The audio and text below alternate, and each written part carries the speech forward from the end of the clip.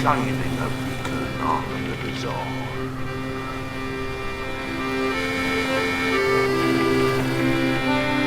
I'll tell you what, Arcade, how the mighty have fallen, eh? Yeah, I can't believe it. I can. When you see it now, I know it. But why didn't we know before? Well, it all adds up, doesn't it, really? I mean, Fucking you know, does. I mean, Rowboat Pete has always been an unsavoury character.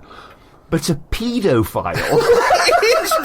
It's shocking. It's shocking stuff, I can't isn't it? believe it. Yeah. And once you start digging, it just everything's come out so quickly. Well, I mean, reading from this page here on the KRAKEN Cove Chronicle, it says here that famous Rowboat Pete has been putting his fingers in boys' bottoms. Oh, God. Dirty boy. That caravan. Jimmy Savile's caravan. Yeah. That's what he's been living with all this time. He's been living in... He bought it. He couldn't wait to buy it.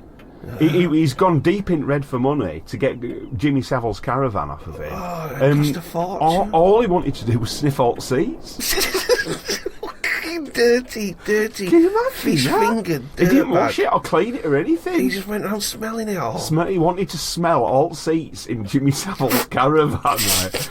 Do you know what? And the thing is, I mean, I saw footage when they're taking all the stuff out of it, when coppers were. He kept all Jimmy Savile's underpants. Oh, unwashed. Savile pants. He was arrested in a pair of them. It's devilish. It's proper devilish. Yeah. He's not just a bad man, he's like a devil. It's terrible, isn't it? He's going down forever. Oh, for he this. is, yeah, but he's never looking coming forward to out. it. That's it. Pete's gone. Yeah, I mean, he requested to be put in a young offenders institute.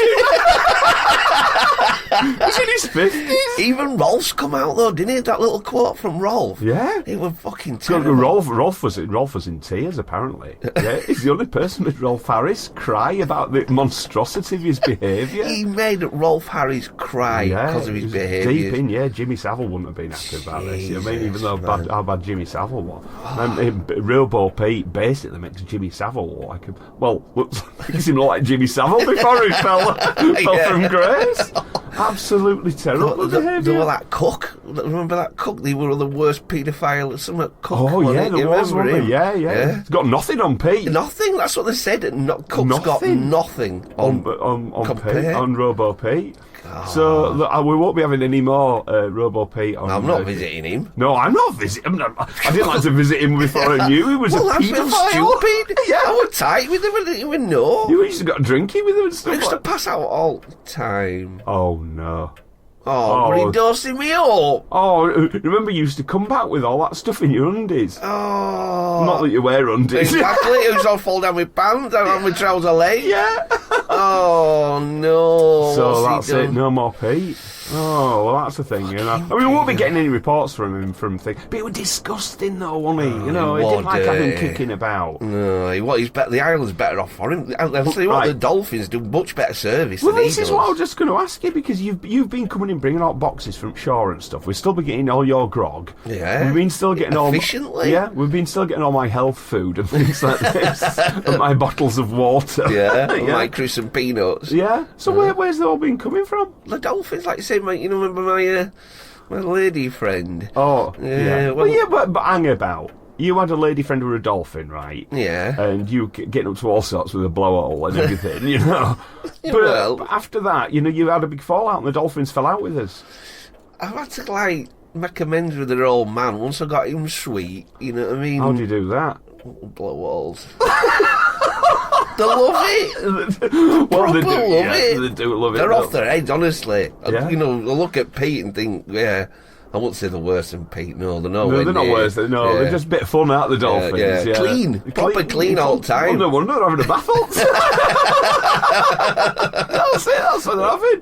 But I did see it other day, because I did have questions about it. I wondered what that odd big raft full of goodies that were coming across. So that was being carried by dolphins. Exactly. They just nose it straight over. I unload it. Slip them their cash. Jobs are good. You say cash? Yeah. Penis. Well, that has to be out as well. When I pick it all up, I'm like flopping. Oh, right. And they all laugh. They love it, don't they? Yeah, but I think that's a good thing. It's more sustainable than having Rowboat Pete anywhere near the island. You know what I mean? And that oil streak behind his boat, we don't see that anymore. And that one, got a lot better. That wasn't oil. It was KY. Oh! Yeah, it was K. It turns out it was KY. He was running his actual engine on his little Pete. with KY jelly. Yeah, he was drinking pints and stuff. Just keeping himself all slippery, ready for action. Oh, man. Dirty old bastard. So I think later on, for sort of like, I think for Christmas, what we need to do, we like a nice blaze for Christmas. I think we just set fire to his caravan. Yes, That'd be that good needs blaze, to go, doesn't it? Yeah, Christmas Day bonfire. Well, you don't want it on shore anymore, where it just with Pete the Beast aerosoled along the side. Exactly. I'm sure I can hear screams at night, Matt. Yeah, it's like haunted. Yeah, so that's it. So there'll be no more Rowboat Pete. We don't want that kind of thing on. Dead to me. That's what he is. Dead to me. Yeah. Well, yeah, I mean, we've got to clean up the cove. Yeah, absolutely. It's like a yew tree for the cove, isn't it? That's the thing. So I think we got rid of that, Terrible behaviour. Yeah, we had nothing to do with it, that's all I'm saying. We didn't know, we just found out.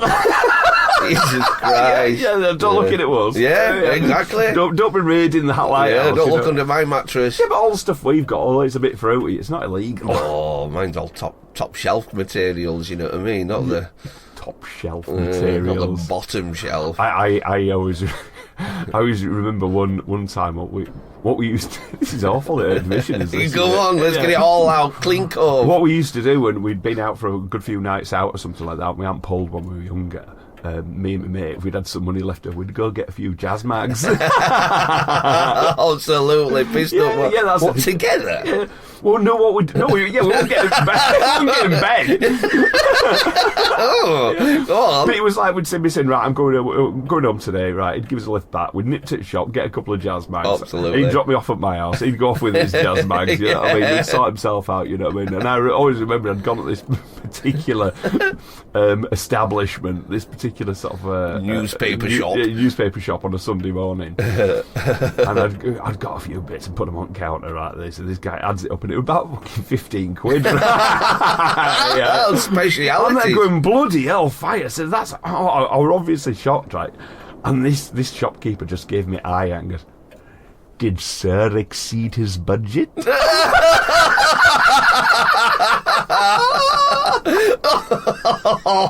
The shame. It was. I've never felt so low because you're already hungover. Yeah, you know you didn't do very well with the ladies the night before. Yeah, you're feeling very frustrated and down, and then that just pushing you. You should have paid the man, rolled him up, and clouted him around. Then got home and wrestled yourself into ecstasy.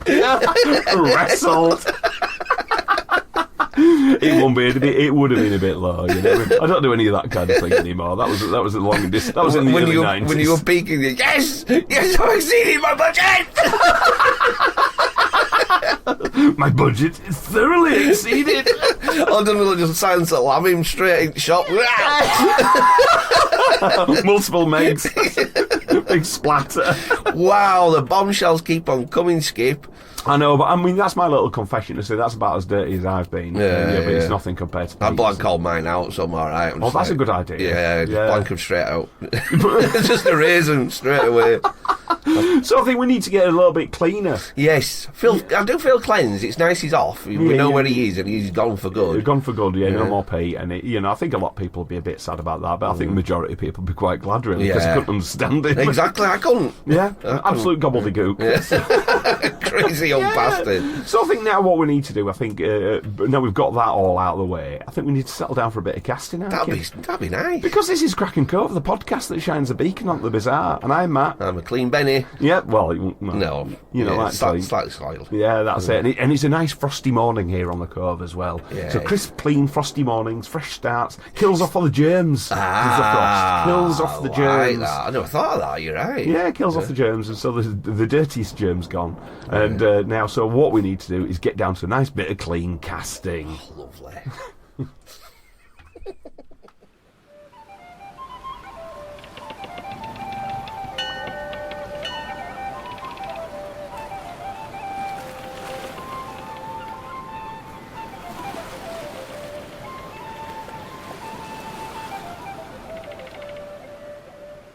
Well, the first dolphin out the harbour today, then, I kid. Still rocked. Yeah, that's it. this is a story, a bit of an odd one is this, right? Now this isn't, I mean, I suppose it's delving back into the dirty world. Ooh. Right, and it's basically, this is a reporter called Lucy Manning for BBC, right? And she got a phone call. Right. Now, it was an obscene phone call. Oh dear. Oh dear. Well, does that still happen nowadays? Apparently so. So this was late at night in October 2022. She's saying her mobile phone lit up with a withheld number. Wow. And there was a man on the other end of the call, a voice, and then he started making noises. And she says, without a doubt, this stranger was masturbating down the phone. Down the phone? Down the phone. The noises got louder and louder. My heart raced, struggling to believe what I'd just heard. I hung up, but the phone rang again and again. At this point, I switched into journalist mode. Ooh. I knew this man needed to be reported, and I was sure the police could trace the call, but they needed evidence. So I ran upstairs and grabbed my work phone. On this third or fourth attempt to call back, I picked up the call and I put it on speakerphone and recorded him. Oh, journalist mode. For 5 minutes I listened and recorded as he masturbated, calling out my first name, using vulgar language to say, suck my penis. Oh, God! And making other obscene and lewd comments about my genitalia. Lewd comment? You got big flaps! Big flaps! Lots of pipes! You got too much pipes! What a fiend is this? Yeah. Right. I wondered when he would have had enough and when I would have enough evidence. You got it there. Yeah. How long do you want? I was concerned about my personal safety. If this man knew my first name and my number, did he know me? Had I met him? Yep. Was it someone I'd interviewed? Did he know where I lived? Ooh. So it's scary stuff, right? He had an accent I didn't recognise, maybe Midlands. I assumed I was in some way connected to the fact I was an on-air BBC journalist, but I wasn't sure. I dialed 999 to report the crime, right? So the following day, there was a follow-up, right, and all that sort of stuff, right? And they tried to sort of check her phone history, tried to look into all this sort of stuff, right? All that kind of thing. Surely there should be a withheld number. I'm sure the police can get around Yeah, that. well, I thought that as well, right? And then she said, like, what her main concerns were for her own safety and that this guy wouldn't go on to commit more serious sexual offences, right? So basically what she did was then, right, she started really kind of chasing this. Yeah. She didn't leave this one phone call alone. Oh. She hounded it. She was on the police. She was saying like, she was. It's the way she went about it. I mean, it's one call. Yeah. It's one phone call. Now, it's not nice. It's terrible. It's distressing and all that sort of stuff, right? But to me, she seemed a bit keen. Right? Yeah. And it's the fact that she was. It's the fact that she was sort of. I don't know. One leg up. She got a bit obsessed with it. She got a bit obsessed with it, and she was desperately trying to find this guy there for a date. Well, her evidence into this went from originally it was. Let's have a little look now. It was October. It started, right? Yeah. So all through October, she's sort of chasing it up with police and sort of like trying to get interviews about people to say, why has this happened? Who is it? Can you find out what it was? What's the process? All that sort of stuff. They got in touch with EE to sort of see if they could identify the number, right? See, and they couldn't do it. And she's saying like by December 2022, right? They had a bit of a breakthrough, right? So they managed to identify the withheld number. They're now to see if they could track the person connected to it, right? Right, the police officer identified the suspect through the police national computer, right? So, but it was in the Lancashire area, right? So they sort of like had a look in the Lancashire area and that sort of saying, and they're saying, look, do you want to support prosecution, all that sort of stuff, right? And eventually, this guy was like, they identified him, right? Wow. And so, and they sort of said, look, I think he's been identified. What do you want to do about this obscene? Anyway, she's pushing like mad for a conviction. You know, find out who it was, and I mean, basically, she was finding, by the evidence, they said there's no further. What they said, look, it's not actually a very serious offence. It's just a bit. You have to prove that you masturbate. I suppose actually, if he's calling the names and about flaps and that could be something. Well, my issue with this, right? You're a dad, is it? Yeah. Well, I mean, if it were me, I mean, all right, this is talking from a woman's, not my point, from a woman's point of view, and it's pretty distressing. It's I'd not be nice. flattered.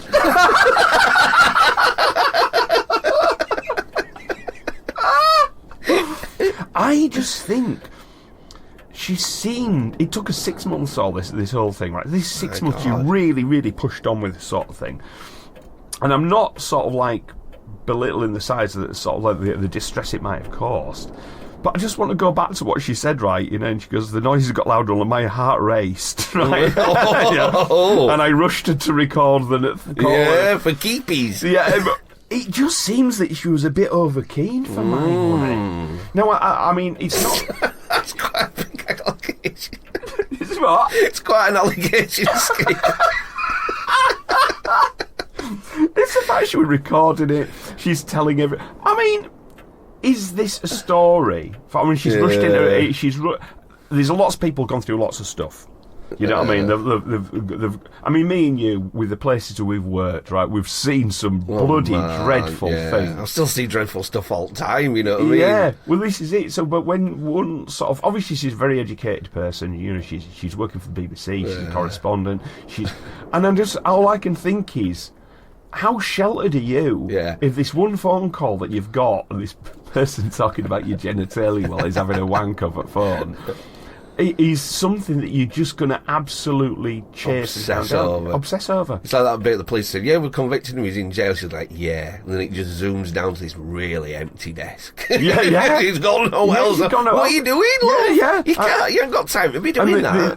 There's a few reporters that I'm aware of which really, they have to kind of fill column inches with stories, and they have nothing. Yeah. The two that spring to mind, right? One who does it quite well is Adrian Childs, right? His columns that he does for The Guardian are an exercise in vacuousness, you know what I mean? It's like, you know, I've not used a proper pencil sharpener in 25 years. I mean, he's just these little sort of twee, odd little comfort stories. Which can he get away with it? Oh, he does. He gets away with it all the time, you know what I mean? He's actually become a bit of a national treasure because of this. Yeah. Another one, again, for The Guardian is a woman called Zoe Williams. And if you may as well just write down the scratching noises of scratching the bottom of the barrel. Her columns are appalling. They're just these weak little dribbles. Yeah. And you're like, oh, come on, you've got a bloody weekly article or even a daily article. You're a journalist. Yeah, you're getting paid. Journal. Getting paid to do this.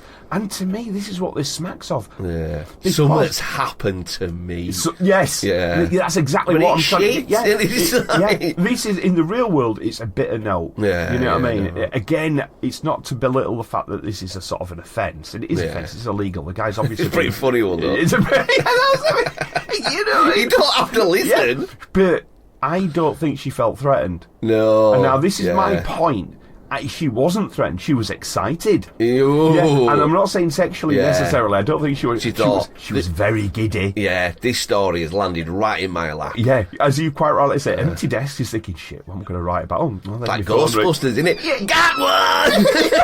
It's all it was. You know what I mean? And I just think to myself, you know, is this all you've got going on now? Yeah. You know, who would he then? Again, this is the pathetic thing. She doesn't name them. What? Yeah, you should name and shame. If this has happened, get him named. Get him out there. You know, he's getting convicted and all this. That's your job. Yeah, and she hasn't done it.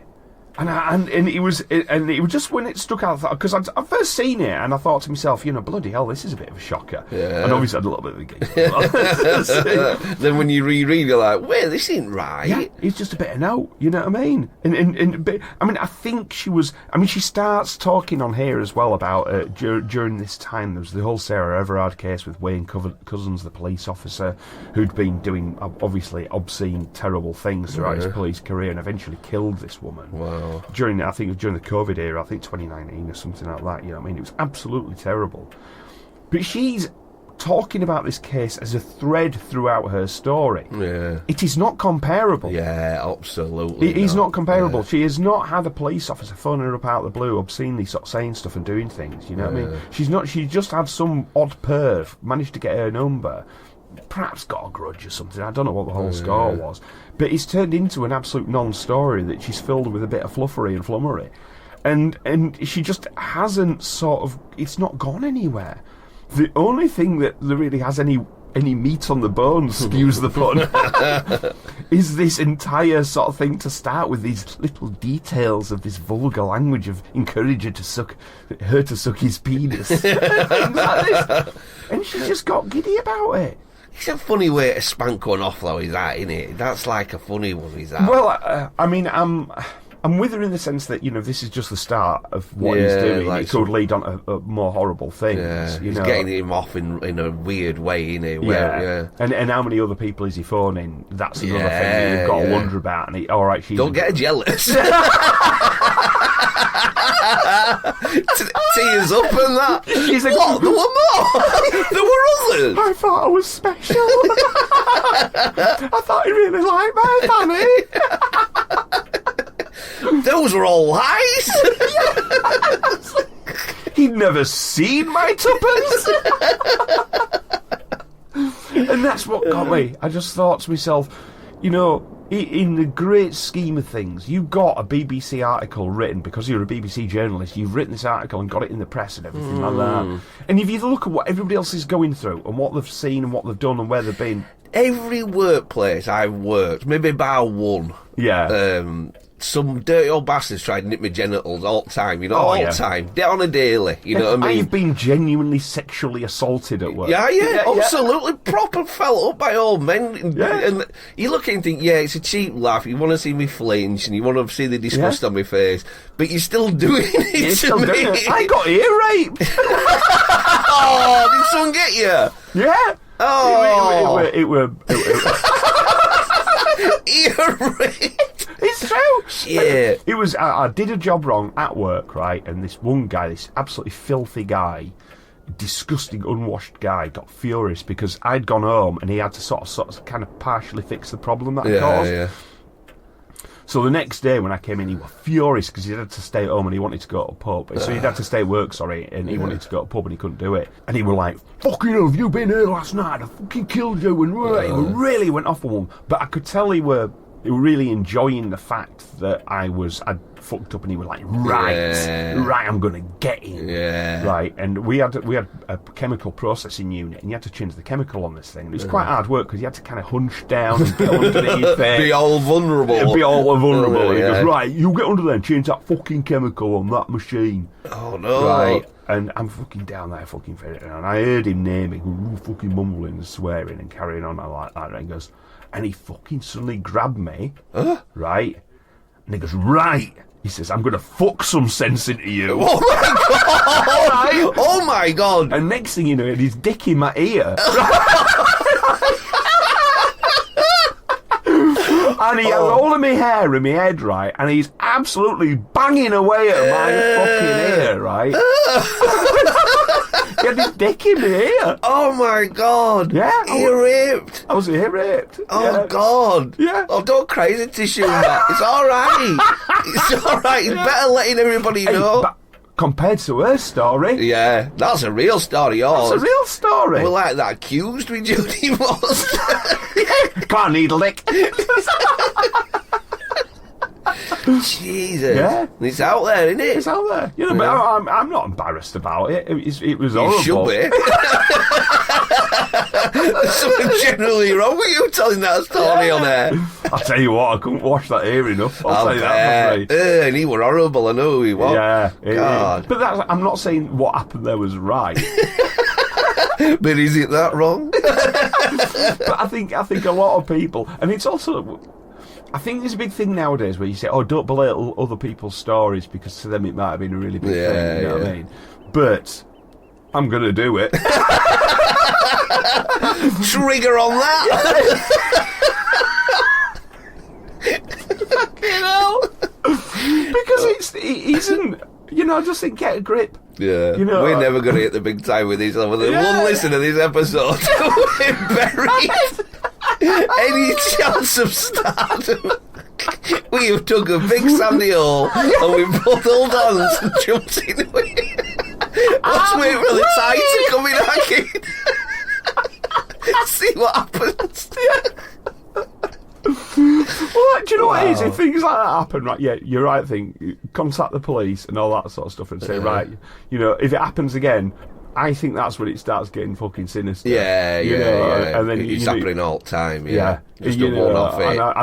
And that's what it comes down to. But she's the reason. I'm calling this the reason she did all this was for the story. Yeah. Oh yeah. So if anyone's belittling an upsetting experience, I think it's her. Yeah. Because she's just absolutely made a meal of it. Yeah, you know? proper. There's other people gone through fucking years of it. Yeah. They've had loads of hassle, been harassed, they've been stalked, they've been messed with and everything, and she just had one tiny little sort of like speck of experience, and she's made herself out as victim number one. Yeah. And especially when she holds her experience up against like the Wayne cousins, sort of like Sarah Everard. That fucking dark and evil. Yeah, that's it. You know what I mean? She's just won jackpot. You got a dumbass. Yeah, and that's what annoys me about this. You know what I mean? Other people, but most people have had a way worse experience, or because she's a reporter, she's managed to make herself front page news on this particular story. So you know what I mean? So if anything, I think you should be quite glad you've been. No, I'm joking. Wow. Double bombshells are skip. Wow. This episode, the XXX episode. A bit of blue flip dance.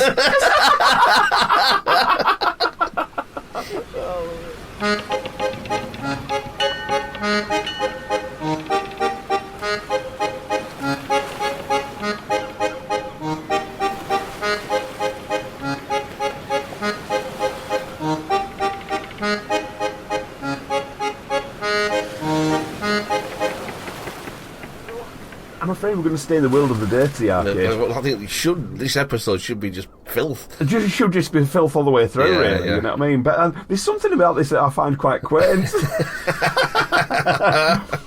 And what they're saying is here, right, there's been a string of incidents. This is quite local. This only happened on the 27th of September of this year. Oh, yes.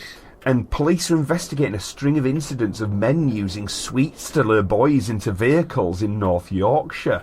What old school sweets? That is the phrase they've used in the headline. Jesus. They're saying it's this old school way of doing things. Does that... I can't imagine it working back in the day, but what kids are wandering around that sweet hungry? Well, this has been happening. So it's in areas, a Byram area of Selby, right? And it's like there was a boy walking down the outskirts of the village on Sutton Lane, right near Buckingham Way, and a man in an older grey car pulled up and asked the boy to get in. He refused and went and told his family, right? Now get this. Mm-hmm. The man was described as white, bald, aged about 40, with bad teeth and wearing a green high-vis jacket. Ugh. It's not Pete, is it? I don't know. He's got hair, hasn't he? Yeah, he's got boozer's hair on it. Yeah, that's the thing, you know. Well, I've been in the ring. And they're saying about 7 p.m. the same day, a second report was made by the family of another boy being approached by a man in a grey Ford while playing with friends. Now, he said the man was white, older, wearing a red coat, and offered sweets and asked him to get in the van. Get in the van, I want some sweets. Yeah, I've got some Yorkshire mixture. Just these, you know what I mean? Now, I found this particularly weird because it's almost, and the reason why is because we all know that's a ruse that's not going to work. Yeah, that's the oldest ruse in the book, isn't This is it. You know what I mean? This is like a very old playbook. It's like there's two no-go areas for pedos now, right? Puppies, sweets. Yeah. But has it gone the full circle? You know, that it's that well known you kind of forget to tell your kids it is the oldest ruse in the book. Well, I don't know what other ruses they've been using. I mean, I've been inviting kids to go play Pokemon Go or something. It could be. Or waiting in Pokemon Go with flasher coat on, you know. Yeah, so you find like some little goblin thing. And you start waiting, they go, oh, there's a goblin here. They go, oh, there's one with a pink nose. Yeah, I have to say, touch its nose. See what it does. Spitting at you. And fucking hell. You said this story was quaint. Whoa. And I think, but what it is because it is such a weird one that, you know, if you were to drive down the road right now, or drive around this town now, right, and start offering kids sweets, right, there's a very good chance within half an hour your car be on fire and you'll be dead. Yeah. You know, who is this guy? It almost seems, you know, like, my first thought was almost something like Indrid Cold from the Mothman sort of thing. Oh, yeah. Or like the Men in Black, where they used old cars. They appeared in villages and towns in like old suits, old cars, turning up doing oldie style things. Pedo Ghost? Pedo Ghost! The hero for a new generation. Because it's not going to work. Maybe he's getting his kicks constantly, you know, because it's so evil saying it, you know what I mean? It's like... Maybe so. I never thought of that. That's how he's getting his jollies. Yeah. Because it seemed uncanny and odd and stereotypical behaviour, as opposed to actually being something he's sort of thinking, this ruse could work. What do kids like? Sweets. Yeah. It's ridiculous now, isn't it? The only thing I could think of is he went to jail when he was about 17 and he's only just got out and he's still using the same playbook. Offer him a knife or something. Kids love knives. Knives, yeah. Coke. Kids love coke. Got loads of sniff. But that's the thing that, you know, these other things you could be using to tempt kids into sort of your car. I'm not saying that he's doing it all wrong. We're not giving him coaching. What you want to do? This'll work. Yeah. But it's the fact that this behaviour I found very odd. It's sinister, is that? I agree with you there. There's something really wrong about that. Yeah. You know, he is a danger. There's something really dangerous about that. I don't like it. Yeah. Of course you don't like it, because we're all pre-programmed not to like this particular behaviour. A dirty really. man with rotten teeth and a dirty high-vis coat and an old grey car offering kids sweets to get in his car. Fucking hell. Look at state of your gob. I'm not having any of your sweets. Yeah. If your sweets do that, I want none of it. Walks away crunching a carrot. Check out these little gnashes. And that was pretty local, you say? Selby. So he's out there. He's out there driving around, and there's about 4 or 5 incidents sort of thing. Jesus. But this is another thing what we're on about is these little isolated behaviours in local towns and stuff, you know, a bit like the disc dumper and all that. Yeah. By the way, that's another callback. Those The disc dumper? Disc dumper. The guy in the Norfolk area had been shitting outside the shop, right? The Phantom Turner. So I've looked at his picture, and I've looked at the other picture of the other guy we talked about who was dumping out. Right. I don't think it's the same guy, but it's hard to tell with CCTV footage. It could be interpreted one way or another. But they're the same age group, both white guys. They look very similar. Same MO. Same MO. Oh. Right. But again, it's this odd behaviour that's happening in these isolated areas, which you're thinking, what? Why would you do that? And that's what I'm finding very peculiar. It's like a dirty call of Cthulhu, isn't it? Instead of artists kind of realising these demigods coming, it's just like... Guy, well, maybe it feels like a demigod that's coming out there. Dropping out. But now the guy, despite there being good footage of these 2 blokes, or this one bloke... Leaving brown DNA. Yeah, nobody's been arrested. Wow. And this is a crime that somebody should have spotted this and said, I know that's Jeff from down pub, or I know that's my husband. Yeah. Nobody spotted it.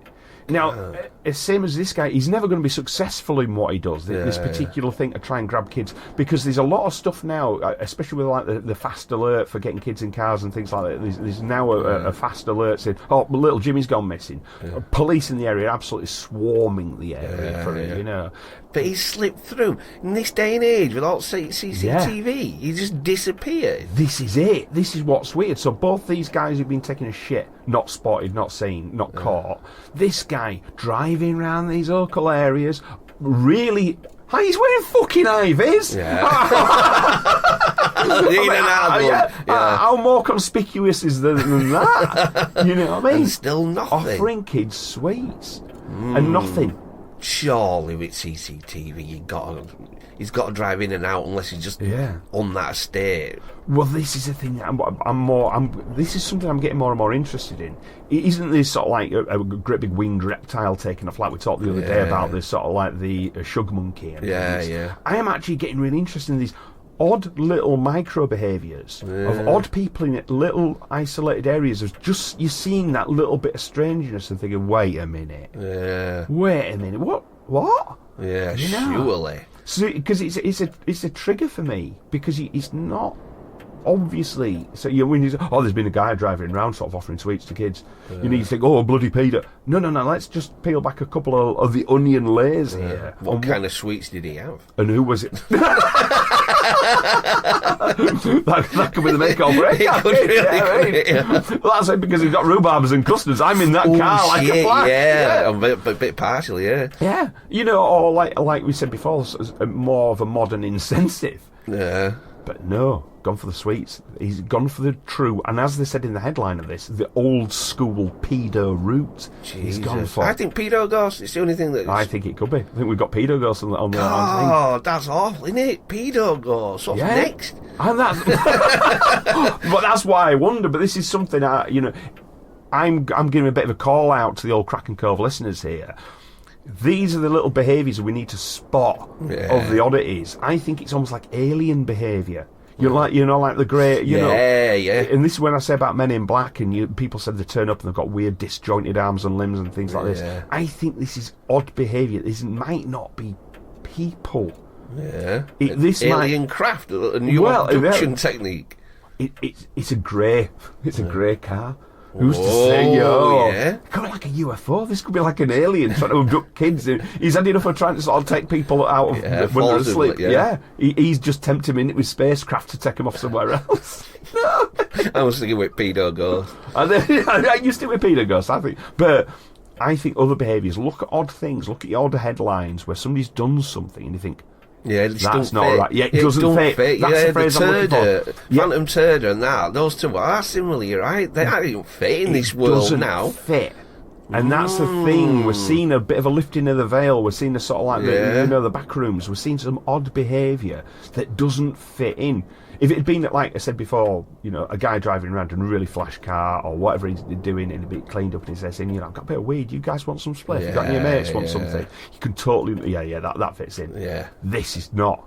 I'm saying really this is a little bit of subtle high strangeness. Ooh, I like that, Skip. Yeah. I'm going to ask the listeners, get in touch, which sweets would tempt you? That's it.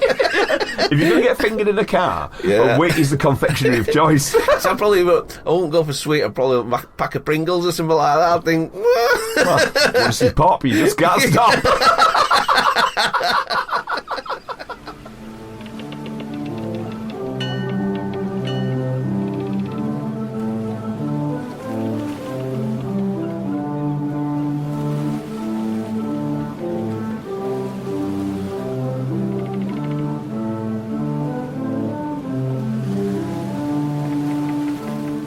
Right, let's get away from this filthy hellhole.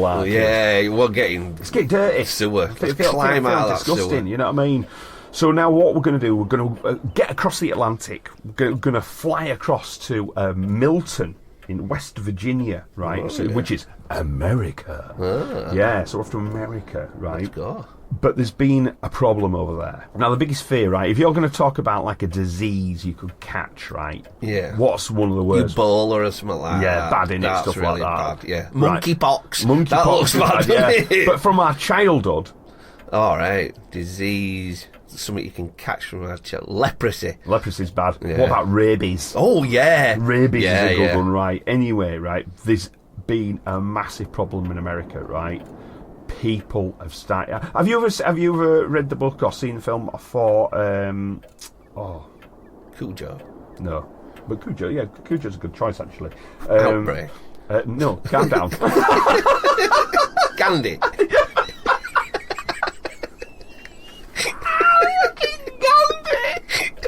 Gandhi with rabies.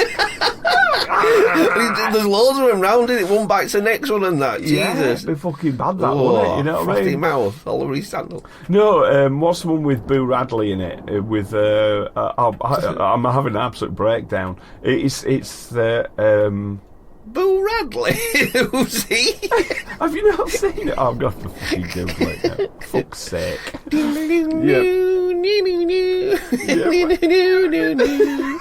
Can't be asked fucking finding that. We're going to slip it in manually. To Kill a Mockingbird. No, never seen it. No, never read it, never seen it. Right. Didn't write fancy it either, I don't know why. It is a beautiful book. Is it? Oh God, it's one of my favourite books of all time. Yeah. It is fantastic. I don't know what it is 10 out of about 10. it. The film and the book. I'm like, I watch weird shit all the time, but that one I'm just like, But it's got like, do you know what it is? It's a great Halloween book. Halloween? Because there's a scary, sinister undertone to both the film and the book. Is it the courtroom one, isn't it? Well, that's almost like it's an essential part of it.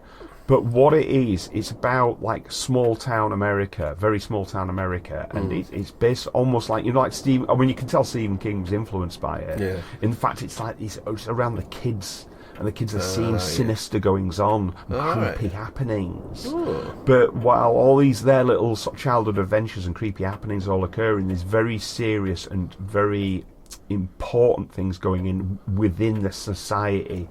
Parallel to that within the society of their town. I didn't know that. Yeah, and there's a scene in it which isn't a spoiler, but where there's a rabid dog in town, and it's like everybody is absolutely shitting it. They're all quick, get in the house, quick, get sorted, and the lawyer, the main lawyer of this, of this, and I think it's Atticus Finch. I think he's called. The kid's called Atticus, but he's the lawyer, the dad, comes out of his house with a rifle, and he sees this rabid dog coming down the main street, and he can sort of seem kind of pondering and thinking about it and sort of watching the dog, and the dog sees him, you know what I mean? Yeah. And he basically has to shoot the dog. Absolutely. But it's the way he weighs it up and way he observes, and then the way he has to fucking way. Oh, a rabid dog, you got a rifle in your hand. Fucking boom.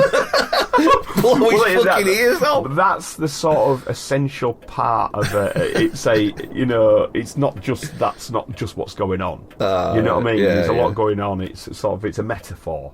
So, but it's important, but it's that thing of rabies when I were a kid, because you'd go into the post office. I don't know if you remember, you'd go into the post office when you were a kid. Post office. I only remember all sweets that tasted like cigarette smoke. There were like some chain smoking fucking villains at that post office. Well, what you'd always have with it, when we were kids, you'd have posters on the wall of these terrible, terrifying things which, if they came into the country, were fucked. We are fucked. I can't remember them. So there was two main posters I saw.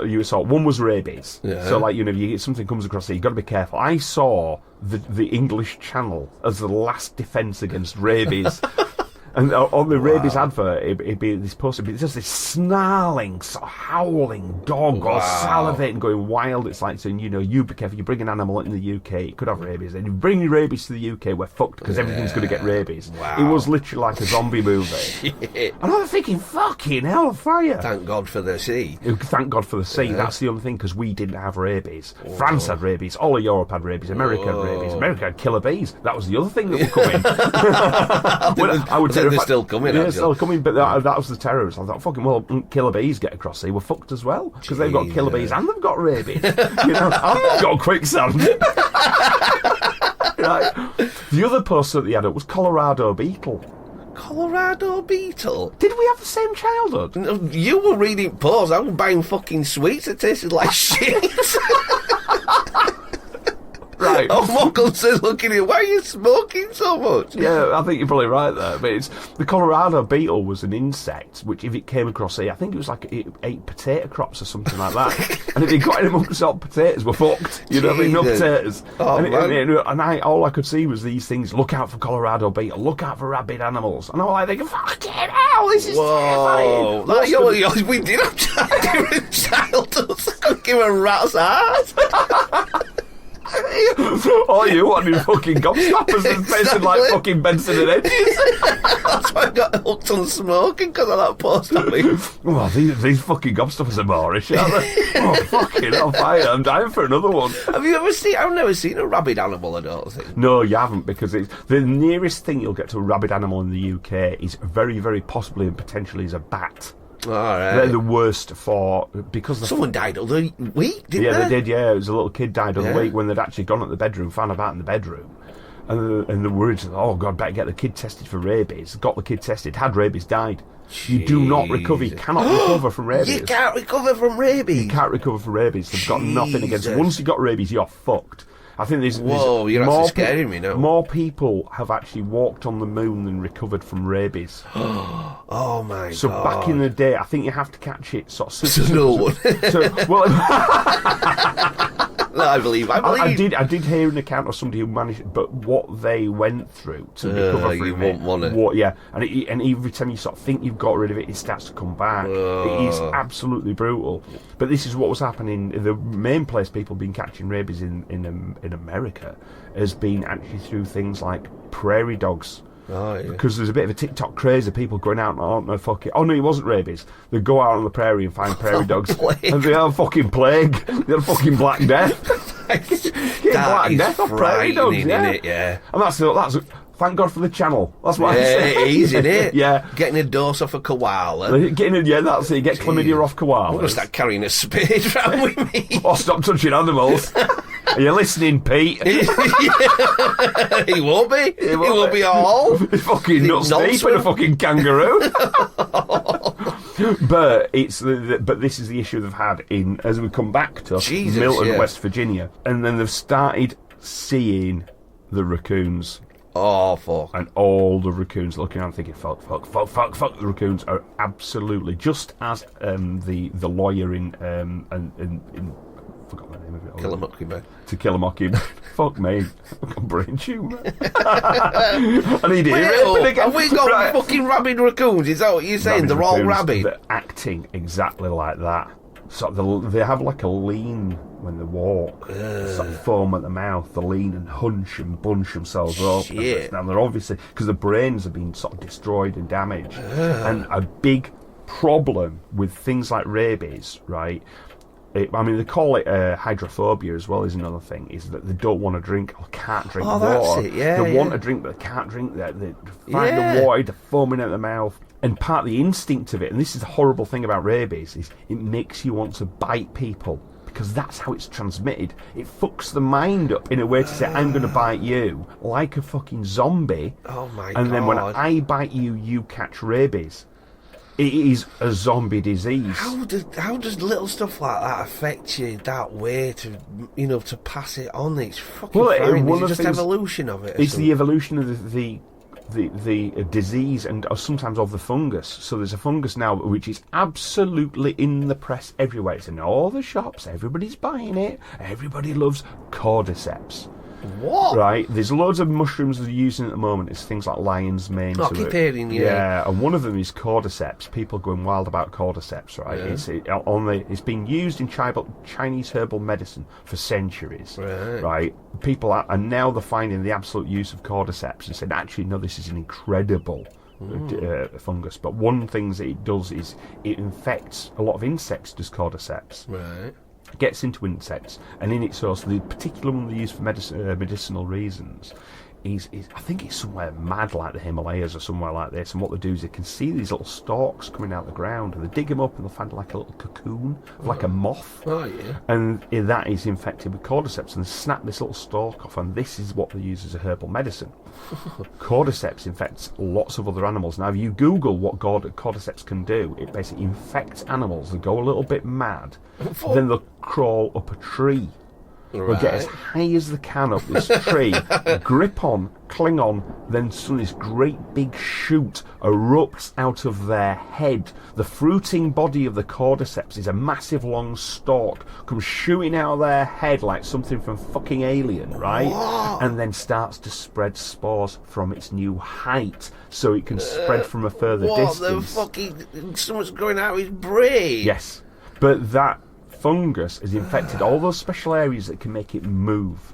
It infects the body, makes it crawl up the tree, makes it hold on, and Oh, erupts. God, that is fucking horrible. Yeah, I've actually written a little horror story about it before, quite a few years ago now, of it sort of infecting humans in the same way. So, Is yeah. that Stephen King one, isn't it, when he changes into a plant or something like that, or a tree or something? I don't know about that, right? But this is the sort of thing that this fungus do. They infect you and make you act in a particular way, and rabies does this. It completely changes your behaviour, starts to destroy the brain, but it makes the brain act in a particular raccoons are so fast and little, and there's loads of them. Yeah, trash pandas all over the place. Nature's burglar. Yeah. Trash panda. So those little fuckers are scuttling around suddenly, and of course, if it's an infection in the area, it's raccoon to raccoon to raccoon to raccoon. Thousands of raccoons in the area, right? In. Suddenly, your town is surrounded and completely infiltrated by raccoons full of rabies. Oh no! You just move. You have to burn everything down and move away. Well, that's it. But they get into they can get in your house, they get in your roof space, they get into your car, they get in everything. And the rabbit has all got proper crazy, just wanting to bite. Wanting to bite you. So can you imagine that's that? like a really bad horror movie, isn't it? But the good news is, Yeah. the raccoons didn't have rabies. Oh. They were just shit-faced. All that, but no. All the raccoons were drunk. Oh, that sounds better. Absolutely plastered. Fruit trees. Fruit trees, crab-apple trees. Oh, nice. So what had happened, particular season, there'd been a mild weather in the area, so all these crab apples had fallen, and rather than being sort of like damaged one another, all the sort of like... The fermented up. All the raccoons came into town, found all crab apples, wolfed them all down, got leathered. So everyone's looking at drunk raccoons stumbling around town, carrying on alarming. And of course the whole population of the town just absolutely shat themselves. Oh, I think it's around. I bet a few raccoons got fucking gunned down. I bet they did. Yeah, I bet they did. raccoons. I bet there's people there sort of saying, but they're saying they can be dangerous. Drunk raccoons when they kick off are a ball that they can bite, scratch, they can harm you. Yeah, that's it. So, but that's the thing. So luckily now they've realised, I think we're all right. They did have some other sort of issues of things like certain other animals like deer in the area getting pissed as well, but all they do is they just get a bit sleepy and, as they call it, stumbly. It's stumbly. Yeah, so that they're fine with the deer doing it, but obviously once it's kicked off with the raccoons, it's a different kettle of Straight fish. in your bins at any time of day. Not shy, will they? Not shy. That's it. They'll be rifling through your knicker drawer and you'll be I'm right. better than fucking zombie bloody... Rabid raccoons. So I think they've got away with it there. Phew. Yeah, but all I can say about that sort of thing is thank God for the English Channel. Yes. We don't have this issue. We don't have Colorado beetle. Change England, did it properly, you know what I mean, to all the conquest and all that sort of stuff. The English Channel, he's done us proud, hasn't it? He's done us proud, but he's done us proud in some ways. Yeah. Because it's also changed our psyche into being a very insular society. We're inward looking. Nobody wants to be part of Europe. We're an island nation. Yeah. You know, it's basically we'd rather sit in as our own bin and throw things out than actually joining the party with everyone else. True, actually, it is a mentality. Well, this happened. I've forgotten the name of the book I read about it, but this guy was sailing on the coast of England and he went to the Isle of Man. He went to, and he found that almost like a condensed version of the UK. Wow. It was almost like it had been like a much stronger version. Local people. Yeah, very much. Because they're an island by an island. They didn't want anyone from the mainland UK coming to them sort of thing. Well, we are our own people, you don't come here. They were really, I mean, it might change now, but they were very racist, were very insular, very inward looking, getting to the point of just, you don't want to marry anyone from a mainland. You are from the Isle of Man, you are that kind of person, And I just think this is the problem sometimes with islands, is that while it is protective, it's like walls. Walls do protect you, walls do keep people out, but it also keeps you in. Very true. Keeps the rabid raccoons away though, Skip. And the Colorado beetle. Yeah. And the quicksand. I've never seen quicksand. Thank God for the English Channel. Oh, God. Quicksand. We get air. You just disappear. Just like but the killer bees will fuck us. Didn't they come in like hornets or something? Some Asian killer bee hornets. Yeah, hornets. Yeah, They're nasty bastards. Have you seen a hornet? Yeah, I've seen them over in Thailand before. I've seen some horrible flying things over there. Yeah, fuck them. They can keep them. Yeah, frightening, mate. Frightening. Yeah. Anyway, moving on. I've got flashbacks. I'm weary for the springtime when we take the road once more, for the planting and the pearling and the berry fields of Blair. We'll meet up with our kinfolk from all the world around when the gang of good folk take the road and yellers on the broom. When yellers on the broom, when yellers on the broom, and I'll get you on the road again. When yellers on the broom. Now, I don't think we've covered much this sort of episode. It's been a bit all over, haven't we? We've been a bit rambly and wild. You know what I mean? I think we've been rattled by. We've covered loads. We've covered loads, yeah, but not really stuck to the story. I'll tell you what I will do. I will do a quick book recommendation. Oh, nice. A book. No, the book recommendation I've got, right, is called Between Two Fires by Christopher Buehlman. Yeah. Buehlman. Buehlman or Buehlman? Yeah. I'd probably say Buehlman with it, right? That'll Christopher do for me. Buehlman, right? Between Two Fires.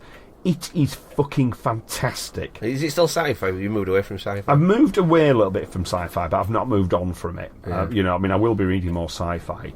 This is set in France during the Black Death. Oh, God. Right. And it's just fantastic. Is it? It is so good. Well, what we're talking about, a bit of a detective one, bit of it's a romance. It's like a rogue knight. Yeah. He's been in a battle, and everybody who he's been a knight to or affiliated with is dead. If the war hasn't killed them, the Black Death has, right? And if that hasn't killed them, he's killed everyone else. You know what I mean? Fair play. But it's a great sort of story about good and evil, in a way where this guy has done the most despicable and evil things, but he has sort of there's good in him still somewhere. Yeah. And there's a young girl of about 12 or 13 who's survived all the Black Death, and she she's driven to sort of seek him out, and then she sort of like almost chastises him, says, "Look, you know, you're a bad man, but you know, I'm going to come with you. You may need to travel this path." And he's like, "Oh no, I'm not fucking going anywhere with you." You know what I mean?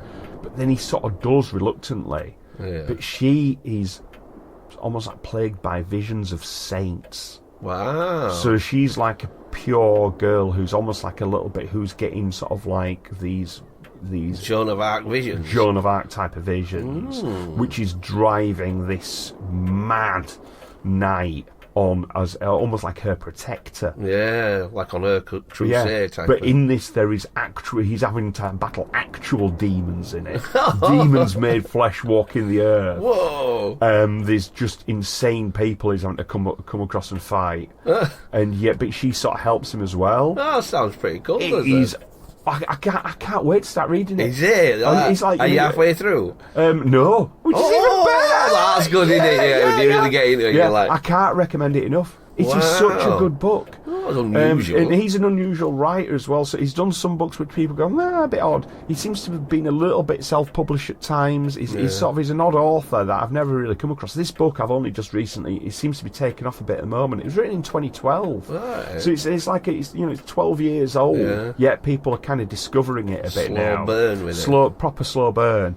And I can see why. It is fantastic. Oh, God, right. Yeah, really, really good. So that's a little book recommendation for the old listeners of Kraken Cove. If you like the sort of things I do and what Benny does, and if you like my kind of art as well, then well suited. Yeah, it's well suited. It's that kind of thing. It's well really, done, really good. Skip. Yeah, Yeah, so I there's like one that. there. But what we're going to do now, because this is Wellarky! That time already. We've said enough this episode. Yeah, we've rattled on enough, you know what I mean? So I want to sort of like leave on a high note. And this is the story of the Victorians who flew in a balloon as high as jumbo jets. Jesus Christ. So basically, if you know... How high do you think a jet flies in the sky? Oh, I couldn't tell you. 20,000 feet. 37,000 feet. Jesus. 37,000 feet up, right? So basically, these two guys, right, it was Henry Coxwell and James Glacier. These were sort of guys who decided they'd taken it on themselves, what they needed to do. They didn't really know what was going on in the sort of stratosphere or in the high areas and stuff like this. They'd sort of thought about it for ages. They'd sort of thought to themselves, what's going on up there? What can we do? And with balloon flight, so this is 1862. Wow. So they decided they were going to construct a balloon that could go super high and see what happened. That's insane. Well, it kind of isn't. It isn't. This was, the adventurers and explorers of the time were travelling across the world. They were trying to go into sea a little bit. They were trying to do various things. Going just straight up. You just think you're coming straight down if anything goes wrong. Well, exactly. Yeah. You know what I mean? So basically, they did take sort of some sort of sensible precautions and things. So they brought with them. They brought almost like sort of doves, but they brought pigeons with them in case to see what happened to the pigeons and all this sort of stuff. You know what I mean? So they'd prepared for this flight, right? So basically, as they say in this particular story, is the dead pigeons should have been James Glacier's warning. Oh. On the 5th of September 1862, the scientist was taking one of his first balloon flights, and alongside the compass, thermometers, and bottles of brandy he brought with him. Yeah, I knew you'd get on board that. He decided to bring along 6 birds. Now, this is from the BBC website, is this one, right? It says, one was thrown out at the height of, get this, 3 miles high. Oh my God. Right. When it extended its wings, it dropped like a piece of paper. The second, at 4 miles up, flew vigorously round and round, apparently taking a dip each time. A third was thrown out between 4 and 5 miles Oh my high, God. Oh, right? that's awful. And it fell downwards as a stone. Because it's too thin or something. Yeah, Too thin in the air, no oxygen. What are they fucking doing up there then? What, they're breathing? They've got a big pipe. No sooner had he noted these observations than he began to feel the balloon sickness himself. Oh, the balloon sickness. His arm had been resting at the table, but it failed to respond when he tried to lift it. Alarmed, he tried to call out to his fellow aeronaut Henry Coxwell, but the words froze in his mouth and his head lolled helplessly to one side. Oh, and you're conscious and it just ain't working. This is it. And Glacier knew the end was nigh. In an instant, darkness overcame me. I believe I would experience nothing more, as death would come unless we speedily descended. Amazingly, both Coxwell and Glacier survived thanks to some last-minute luck. But they did not have a...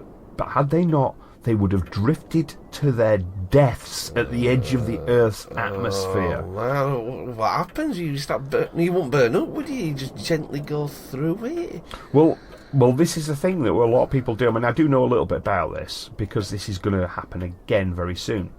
So what's Glacier first set his sights skyward as he surveyed Ireland, mapping the contours of its highest peaks, right? So he'd gone climbing, gone up the mountains, but as he was climbed to the top of these mountains, he didn't just look around, he still looked up. Yeah.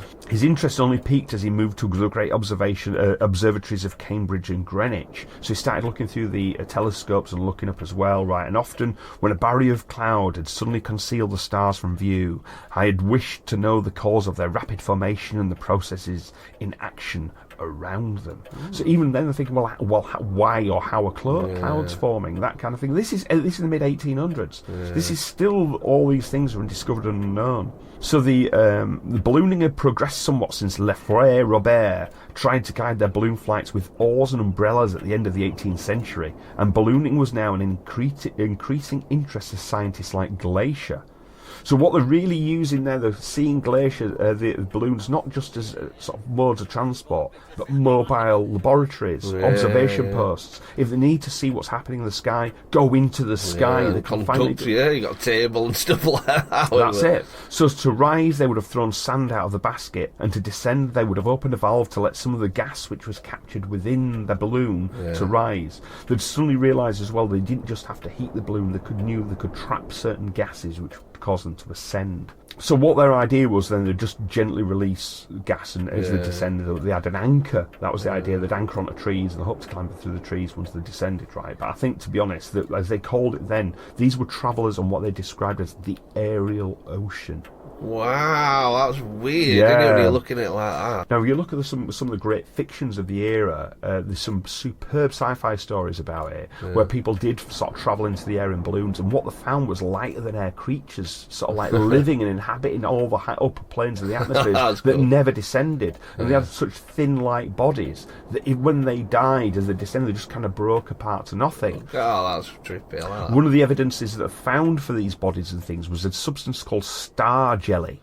Right, now star jelly has been found all over the place, and literally 2 weeks ago I found some star jelly. Star jelly? Star jelly. What the fuck's that? Yeah, so star jelly basically, it's only relatively recently it's been kind of confirmed what star jelly is, but star jelly was originally thought to be the remains of these weird aerial creatures that lived above in the higher atmospheres.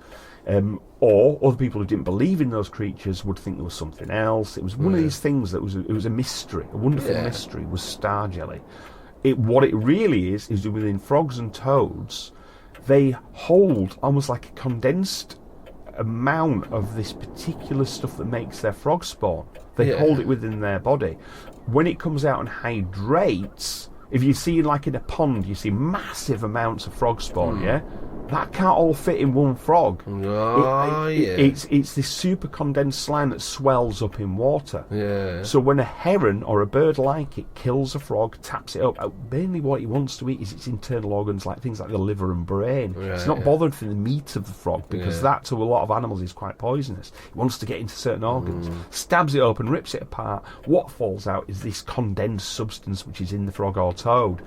That hits the dewy grass, things like that, swells up, becomes star jelly. All right. God, that's it. weird. Never heard of that. Yeah, so if you wanted to Google that, what it looks like, I mean, you can guess exactly what it looks like. It looks like a big pile of spooge sitting in the grass. I can make you some right now. You give me 3 minutes. Smell that. That's horrible. Met loads of it. So, but that's what they... unlimited supply. But this is what they were saying. They thought nobody knew what was in the sky, the aerial ocean, anything could have been up there. These guys were going up there to explore it, right? So they built this amazing balloon. So taking off from Wolverhampton, where I've just been, right, at 9:43 in the morning on the 17th of July, 1862, within 12 minutes they had passed through the clouds. Under the heat of the sun, the balloon, an enormous construction containing 90,000 cubic feet of gas, filled out, or 2,500 cubic metres, which is 2.5 cubic kilometres of gas within this balloon. It filled to an assumed an almost perfect sphere. So this is the trick with balloons. You have to give them enough space to stretch and swell, because the gases within expand in thinner atmospheres. So if you see the great ballooners going up, you'll see the balloon, or weather balloons and things, they go up and they look quite baggy. When they get really But when high, they get high, they super swell tight. to vast expanses. That's it. So that's how you'll see sort of the people who go super high. So Richard Branson is planning a new space balloon flight. Jesus. He's going to go higher than anybody's ever gone. Right? Fucking challenge him. I've been really fucking high. Can you let your own front room? Challenge accepted, our kid. And so he's going to do it.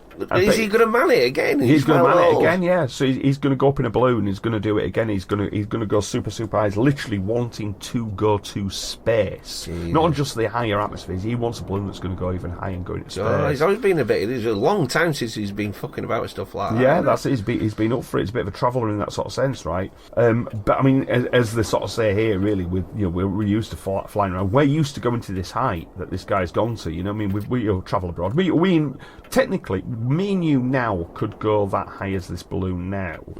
I've got my wallet here. We could go get a couple of flights to wherever it is now. I mean, in a couple of hours we could be flying that high. But then this wasn't. This was absolutely unknown territory. People going, that's exactly right. Anything. Yeah. So basically what they did these test flights, but they went up Wolverhampton, they were up, they were going, they had all the stuff they needed, they sort of like, but when they got to the height, what was the height that they went to, they couldn't believe that they could see the curvature of the Earth, they could see the sphere, they could see that we were on a globe, you know, and as they said, the most amazing thing when they got past the clouds was the sky turned deep Prussian blue. They were starting to see space. Jesus. So he says the supreme beauty of the clouds when they pass through it, though, presenting at times mountain scenes of endless variety and grandeur. The shadow of the balloon on the clouds below was surrounded by a kind of corona tinted with prismatic colours. This is again something where the diffusion of light through the space, their own sort of silhouette or shadow, should I say, was refracting light and breaking into rainbow patterns on the clouds. Now, we've covered that before ourselves, where we've called it the Brocken Spectre, as we've called it, is where it's the human shadows cast onto mists below and refract into rainbow patterns. And I saw another of those similar phenomena a few days ago. I saw a sundog. Well, you fucking seen it all, you are. Fucking sundog. A sundog is where it's like a corona of rainbow. It's like a rainbow that is formed on cloud and in the sky from where the refraction of the sunlight happens just right, hits the cloud and turns into like a blob of rainbow light. I've seen that. I scouted fucking work years ago. We went to East Coast driving and there was one in the sky nearly all day. Yeah. You know, we were just like, what the fuck is it? Yeah, sundog. Wow. So you've seen a sundog, that's it, you know.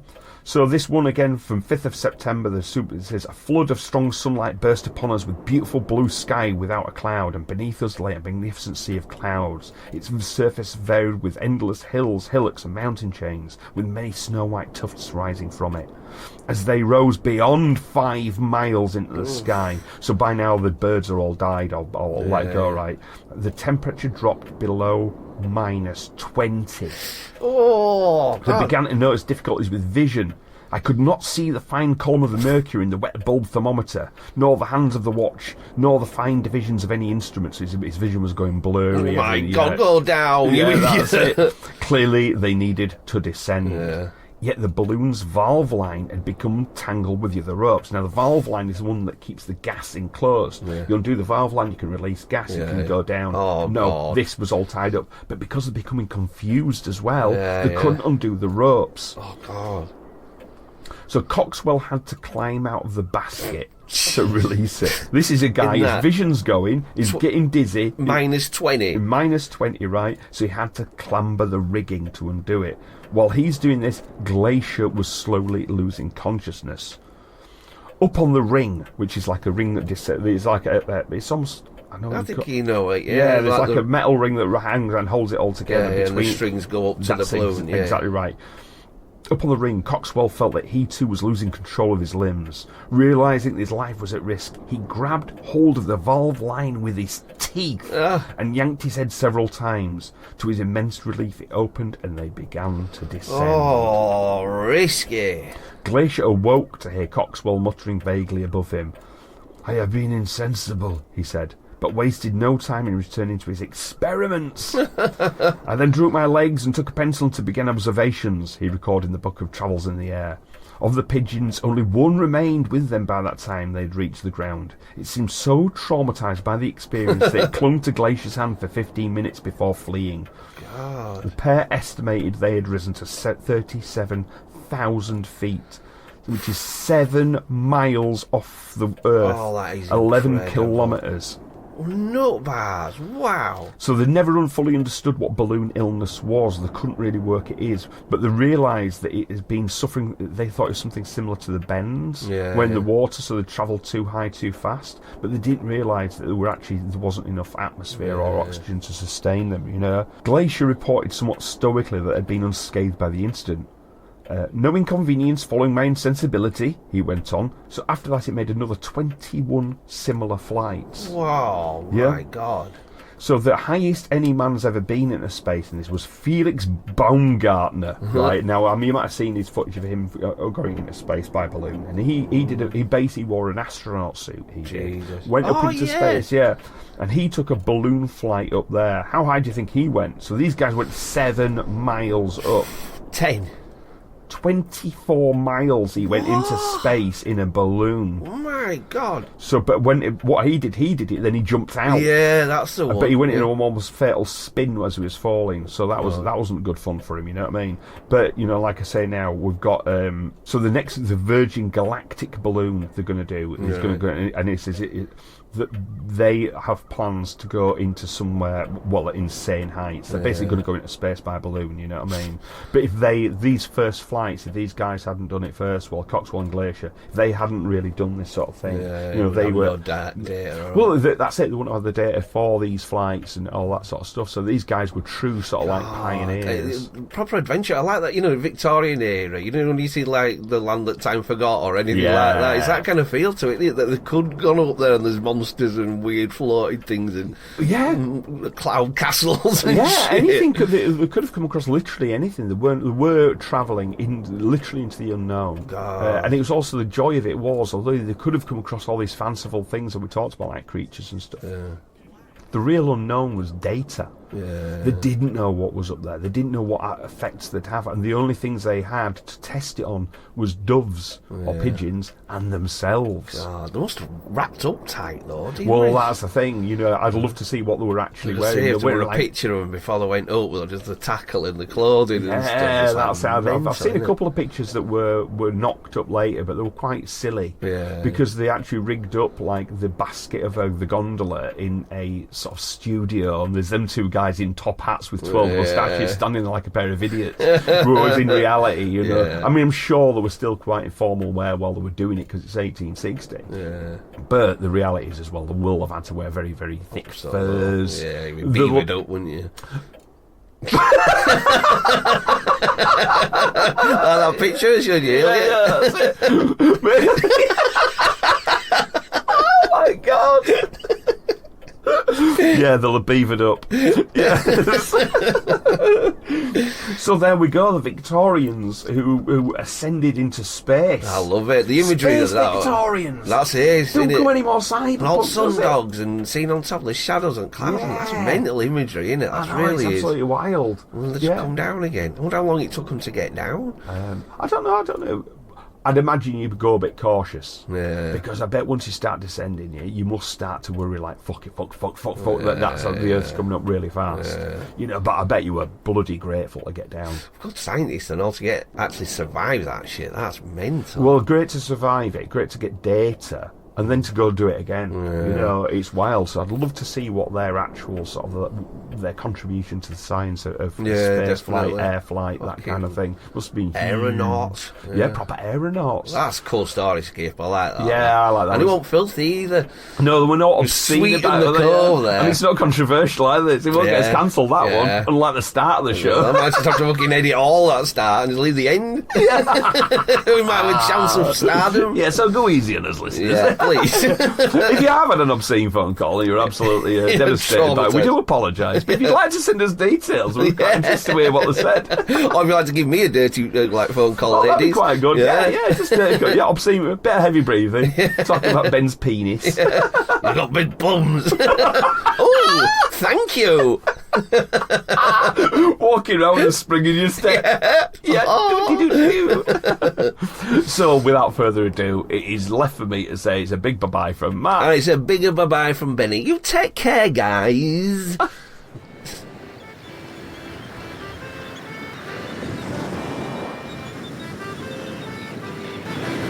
There are 3 ways you may contact Kraken Cove. Either by email at krakencovepodcast@gmail.com, on Twitter at Kraken Cove, or Instagram at Kraken Cove Pod. Ha ha!